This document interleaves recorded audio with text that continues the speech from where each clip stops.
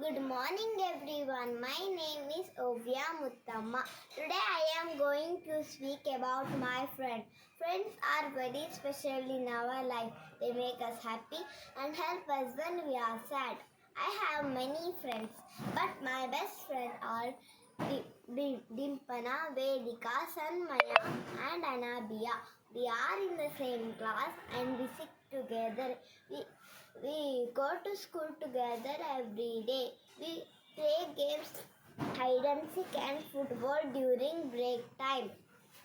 We share our lunch. My friends are very kind of honest and helpful. We never fight. If we do, we say sorry, become friends again. We celebrated birthday festivals together. I feel very lucky to have such a good friends in my life.